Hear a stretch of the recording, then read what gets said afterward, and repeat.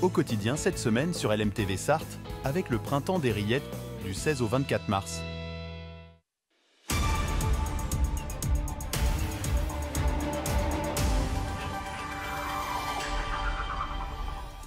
Bonsoir à toutes et à tous et bienvenue dans Au quotidien. Votre édition du mardi 19 mars est présentée ce soir par Laure Girard. Bonsoir Laure. Bonsoir Colin, bonsoir à tous. Avec votre invité, on reçoit un chasseur de plantes. Un chasseur de plantes, Idir Béchar, il a créé l'application Végédex. Elle permet d'identifier les plantes sauvages et de se renseigner sur leur intérêt médicinal ou gustatif. Vous le verrez. Et puis les invités de la deuxième partie sont des passionnés de Jules Verne. Oui, ils ont créé le logis Jules Verne au Lude. Stéphane et Nel ouvrent leur lieu insolite pour une nouvelle saison à partir du 30 mars. Une visite à ne pas louper, vous le verrez. On les retrouve à 18h45 pour en parler, mais d'abord, place à l'actu.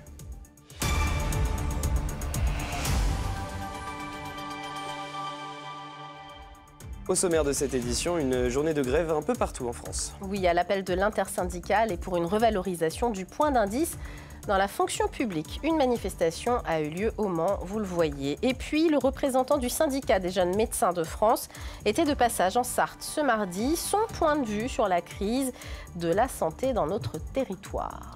Vous en parliez dans les titres, une mobilisation existante mais faible dans la fonction publique ce mardi. 13% des enseignants, par exemple, étaient en grève dans l'Académie de Nantes, tous niveaux confondus.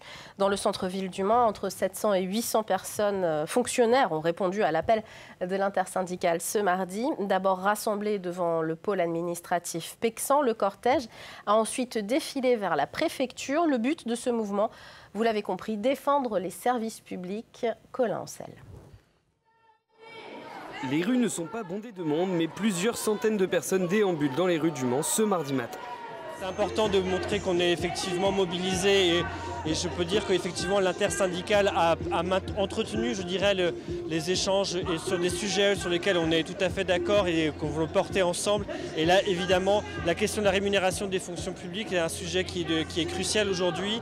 Les dernières augmentations ont été largement rattrapées par l'inflation et il est grand temps que les rémunérations des fonctionnaires soient à la juste hauteur de leur mission. Ce qui a mis le feu aux poudres, l'annonce du gouvernement d'économiser 10 milliards d'euros, ce qui devrait se répercuter sur le service public. J'ai un slogan, quand on sera privé du service public, on sera privé de tout.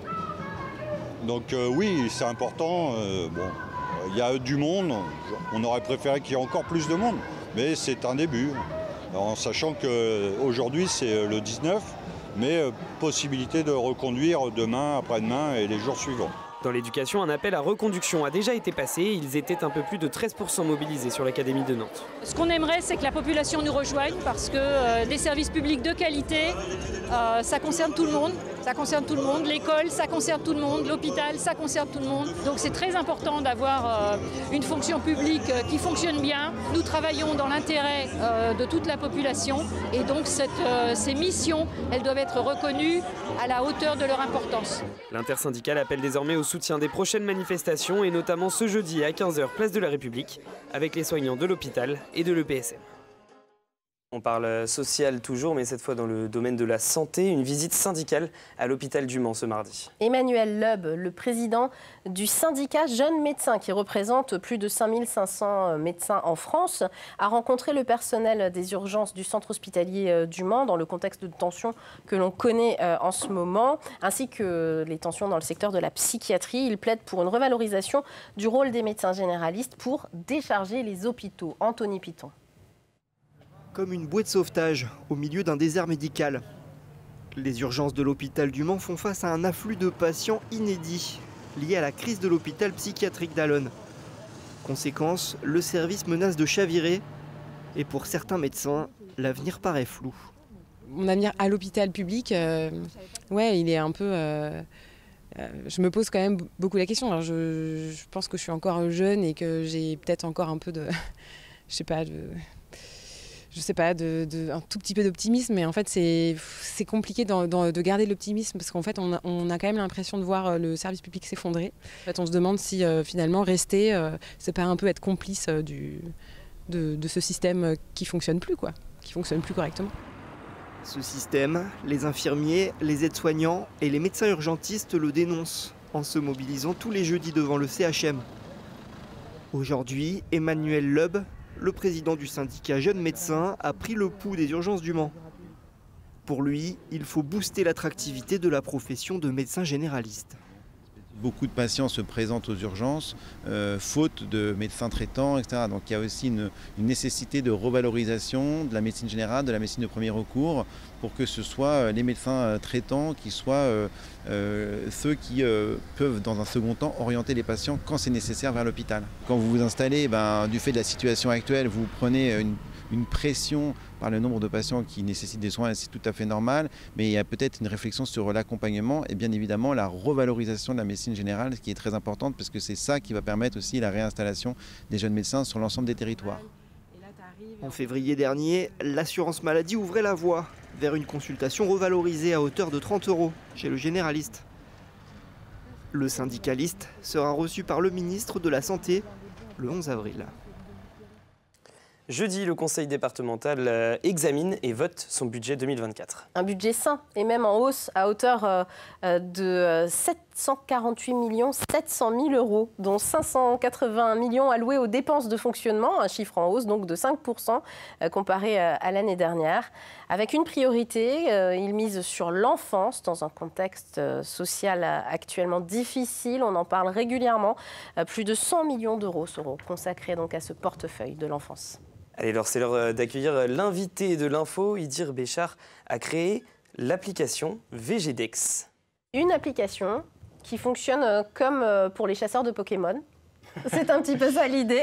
C'est un peu ça, l'inspiration était là, en tout cas pour le nom. Exactement. Mais qui permet d'identifier les plantes sauvages et de se renseigner sur leur intérêt, je l'ai dit tout à l'heure, médicinal ou gustatif. Comment vous est venue dire cette idée un peu folle ?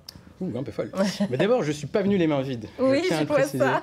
J'ai ramené un petit bouquet ici. Ça me fait plaisir, merci. Alors, mais je préfère les roses. Non, je plaisante. Mais oui, c'est ça, parce que dans ce petit bouquet, j'ai quand même choisi, que j'ai cueilli tout à l'heure, il va y avoir 7 à 8 plantes comestibles, mais une ne l'est pas. Bonne chance pour trouver laquelle c'est. Bah oui, en effet. Alors, il y a quoi là-dedans ? Il y a des orties. Bravo. Et il y en a une qui lui ressemble aussi. Mais il y en a une qui ne va pas être comestible, et justement l'idée du VGDEX, ça va être ça. Ça va être de retrouver... Ça, c'est pour savoir si on aime le beurre ou pas. Exactement. Justement, je vais le dire tout de suite, c'est celle-ci qui ne se mange pas. C'est celle-là qui ne se mange pas. Celle-ci est toxique, donc c'est une renoncule bulbeuse. C'est ça. Qui ne va pas se manger. Je la montre. C'est la jaune qu'on connaît tous, qui est sur nos chemins, sur nos sentiers sartois, en lisière de forêt. Elle est absolument partout. Les enfants jouent avec, je ne sais pas pourquoi, depuis des générations, pour savoir si on aime le beurre ou pas. Il y a des petites anecdotes rigolotes d'ailleurs à son sujet. Voilà, mais celle-ci, il ne faut pas la manger. Et donc, vous êtes venu avec un bouquet. Il y a du pissenlit là-dedans aussi. Il n'y a pas de pissenlit, il y a de la bardane, il y a de la berce, etc. Enfin, il y a plein de plantes comme ça qu'on ne connaît pas forcément. Des pâquerettes, on dirait des pâquerettes. C'est une pâquerette. Une pâquerette, voilà. Il y a une connaisseuse devant moi. Et donc, il y a plein de plantes comme ça qui se trouvent à nos pieds et qu'on ignore. On peut manger les pâquerettes ? On peut manger la pâquerette. La pâquerette est comestible et médicinale d'ailleurs. Ouais, alors voilà. Alors comment vous avez répertorié toutes ces plantes ? C'est un gros travail de bibliographie, un travail de synthèse d'informations, et après il y a tout ce travail aussi de le mettre en forme. Et l'idée en fait, c'est qu'aujourd'hui vous avez déjà des applications qui vont vous dire, vous prenez en photo et ils vont vous dire ça c'est telle plante. Sauf que ça va pas plus loin. Et derrière justement, si vous voulez savoir si ça se mange, etc. C'est pas facile. L'idée du VGDEX, c'était de retrouver en un clin d'œil, est-ce que ça se mange ? Quel goût ça a ? Quelle partie se mange ? Quand est-ce qu'on peut l'accueillir ? Vraiment, tout ce genre d'infos. Et puis pour la partie thérapeutique, c'était aussi, est-ce que ça peut me soigner ? Donc là, justement, le pissenlit, il y a des vertus, on connaît tous l'arnica. Le pissenlit fait partie de la même famille. C'est diurétique, je crois, le pissenlit. Le pissenlit, d'ailleurs, dans son nom, on l'entend un petit peu. Pissenlit. Oui, c'est vrai. Ça vient de là, c'est vraiment de là. Et donc voilà, on peut savoir tout ça grâce au VGDEX. Vous n'avez pas encore tout répertorié, c'est impossible pour l'instant. Vous êtes sur des plantes locales, en revanche, il faut le dire. On est sur des plantes de France métropolitaine, ou en tout cas d'Europe de l'Ouest.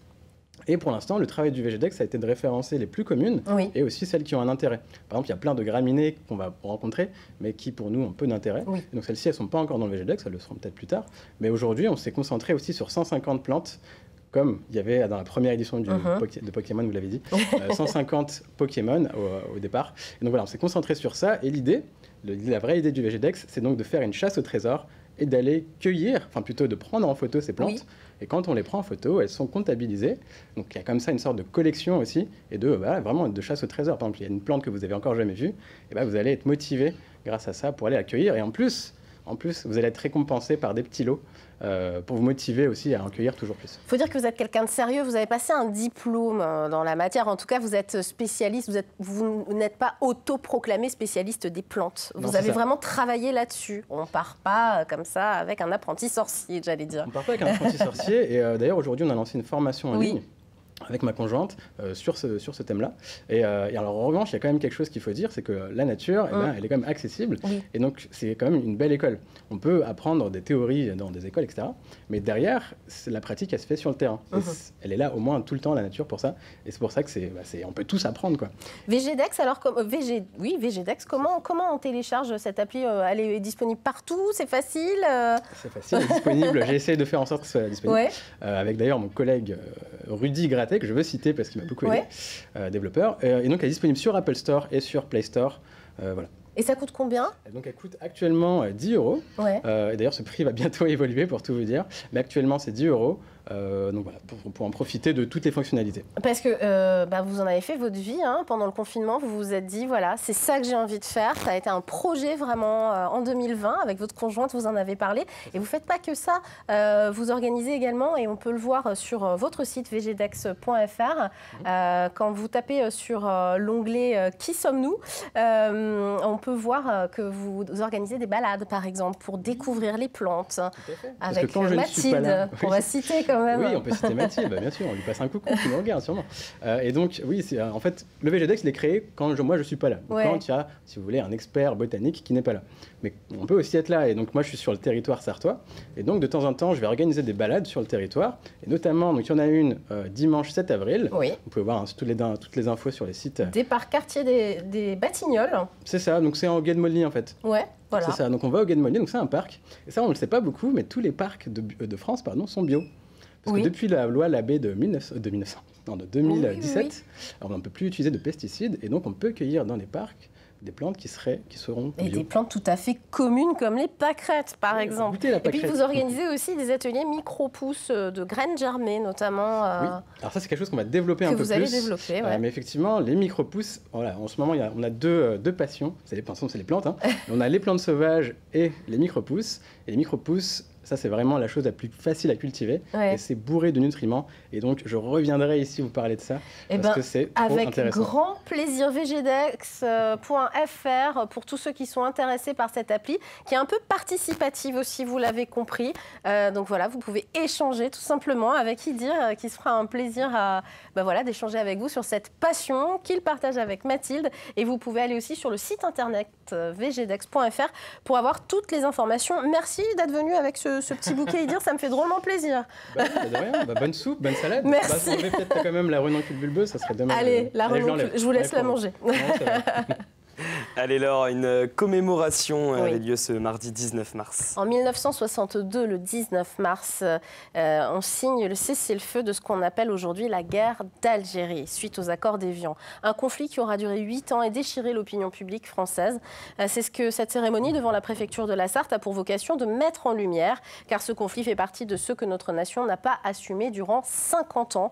L'Assemblée nationale et le Sénat votent en effet la reconnaissance officielle de la guerre d'Algérie en 1999 seulement. Alors, pour les anciens combattants, ce devoir de mémoire est important. Il en reste 1 millier en Sarthe. Ce mardi, 2 d'entre eux se sont vus décerner la médaille de la reconnaissance de la nation, Henri Chevalier et Gilbert Jarosset, que vous voyez sur ces images. Nous les saluons. Et vous retrouverez mercredi soir, dans la suite de Quotidien, le témoignage de Daniel Tuffier, président départemental de la Fédération nationale des anciens combattants en Algérie, Maroc et Tunisie, pour parler justement de ce devoir de mémoire et de ce qu'il considère être une catastrophe, en fait, pour notre nation, tout simplement. Et on termine ce journal, Laure, avec des félicitations. À l'auberge de Bagatelle, qui conserve son étoile, Jean-Sébastien Monnet a eu confirmation lors de la cérémonie annuelle du guide Michelin ce lundi 18 mars 2024. Il reste le seul étoilé de la Sarthe. L'événement a été diffusé en direct sur notre chaîne de 16h30 à 18h30 lundi. Et vous pouvez le retrouver dimanche prochain de 18h30 à 20h30, puis toutes les 2 heures jusqu'à lundi si vous avez raté ce programme. Et c'était présenté par quelqu'un qu'on connaît bien, Colin Ancel. Il s'agit d'Aurélien Legendre, évidemment. En effet, en direct du Palais des Congrès de Tours. À noter que nous recevrons le chef Jean-Sébastien Monnet ce vendredi Au Quotidien en deuxième partie. C'est la fin de ce journal. On se retrouve dans quelques instants avec nos invités. À tout de suite.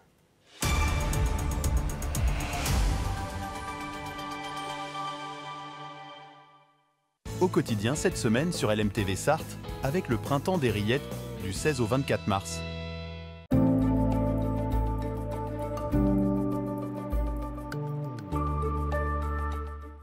Bonsoir messieurs, dames, ravi de vous retrouver pour ce nouveau bulletin météo. J'espère que vous allez bien et que vous avez passé une excellente journée en notre compagnie. Alors pour votre soirée, des conditions météo qui resteront assez calmes sur l'ensemble du territoire avec, vous le voyez à l'image de cette carte, un ciel plutôt bien dégagé. Côté température, celles-ci évolueront entre 10 et 11 degrés. Ça restera plutôt bien homogène avec 10 degrés du côté d'Alençon ou encore du côté de Vendôme ainsi que pour Tours, 11 degrés à Blois, pour Mamers ou encore au Mans, idem du côté de Luçon ou encore du côté de Sablé-sur-Sarthe. Pour la journée de mercredi, les nuages resteront malheureusement assez nombreux au petit matin. Difficile de voir les rayons du soleil. Côté température, celles-ci évolueront entre 8 et 9 degrés sur l'ensemble du territoire. Des températures assez douces dans l'ensemble avec 8 degrés du côté d'Alençon, encore pour Laval, idem pour la Flèche, à Tours ou encore à Blois. 8 degrés également du côté d'Angers, 9 degrés au Mans. Pour la suite de votre journée, peu d'évolution. Malheureusement, les nuages resteront assez nombreux sur l'ensemble du territoire. Ça restera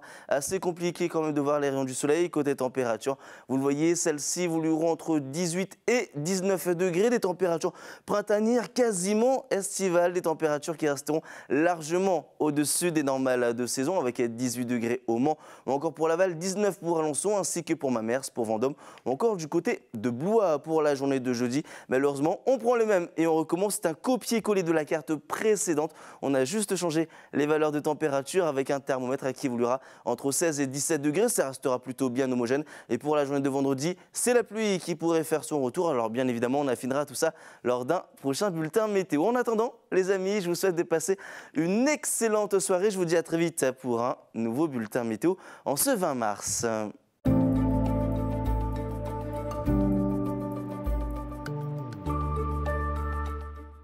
Au Quotidien cette semaine sur LMTV Sarthe avec le printemps des rillettes du 16 au 24 mars.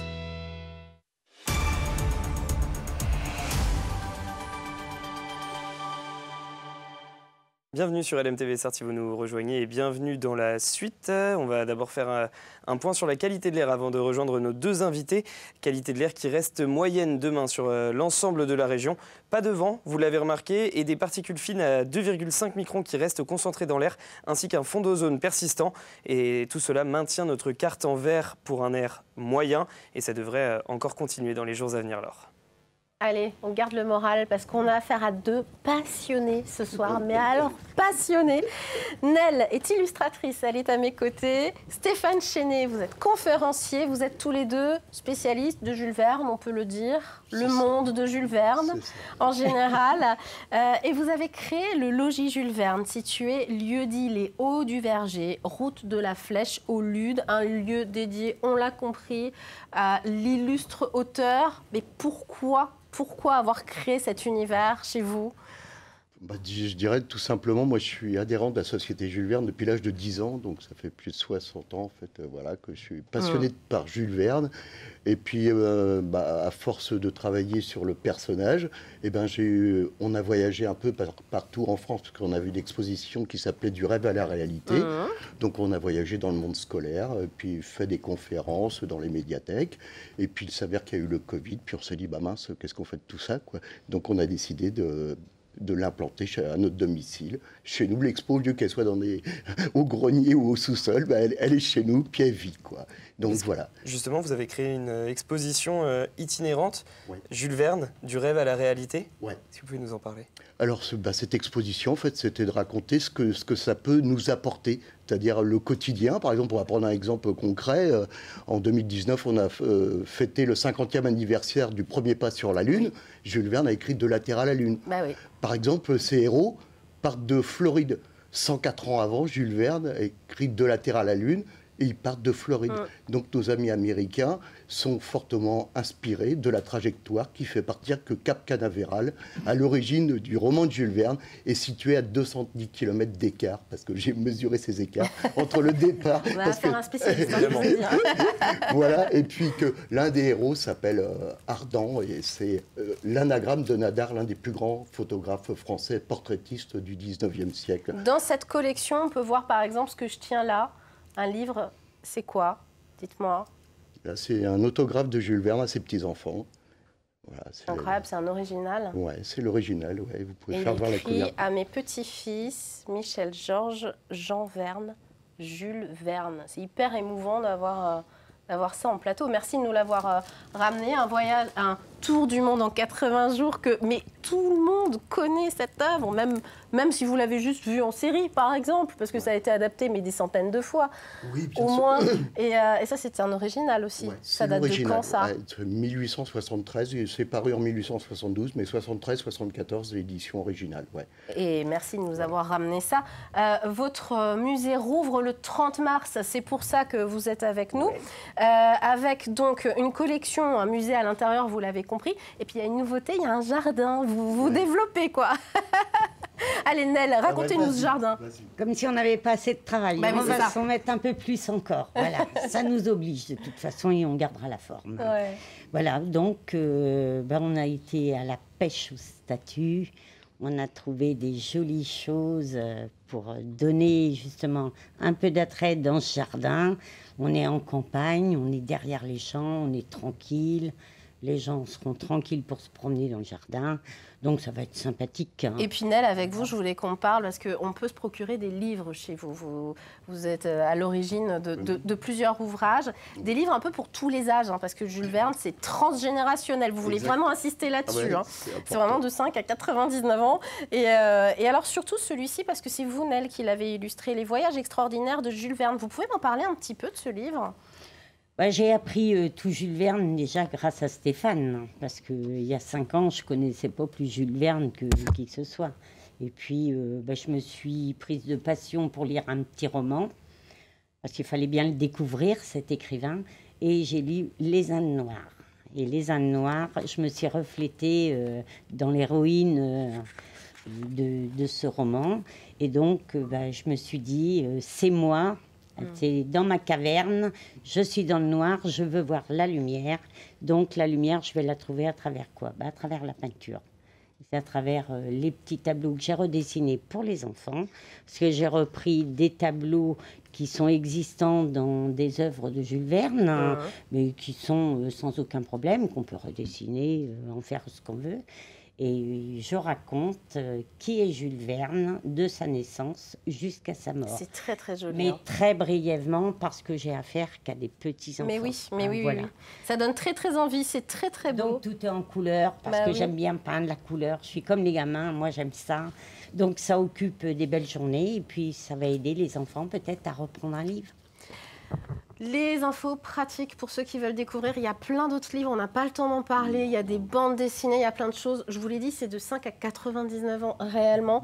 Allez-y, il y a des infos pratiques à donner. Hein. Exactement, donc c'est au musée intérieur Jules Verne, la date d'ouverture, donc c'est du 30 mars 2024 jusqu'à la fin de l'année. Les horaires de 14h à 18h sur rendez-vous pour le matin. Si c'est le matin. Et puis il y a le musée extérieur, le jardin d'artiste Jules Verne, qui ouvre le 1er juin 2024 et ce jusqu'au 13 octobre 2024. Pour les horaires, c'est pareil, de 14h à 18h et sur rendez-vous le matin pour un tarif unique de 5 €. Plus d'informations évidemment sur le site logis-julesverne.fr. Merci à vous d'être venu du Lude pour nous parler avec vos pulls marins. Vous êtes magnifiques.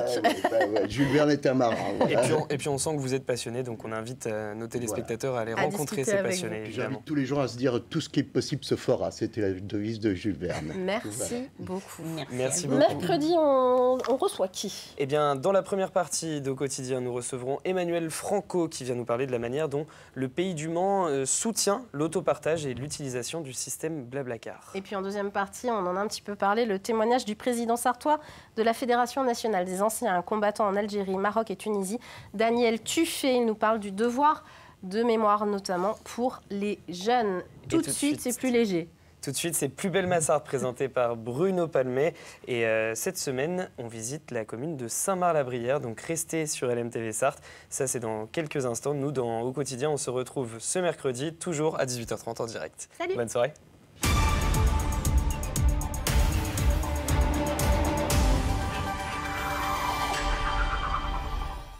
Au Quotidien cette semaine sur LMTV Sarthe, avec le printemps des rillettes du 16 au 24 mars.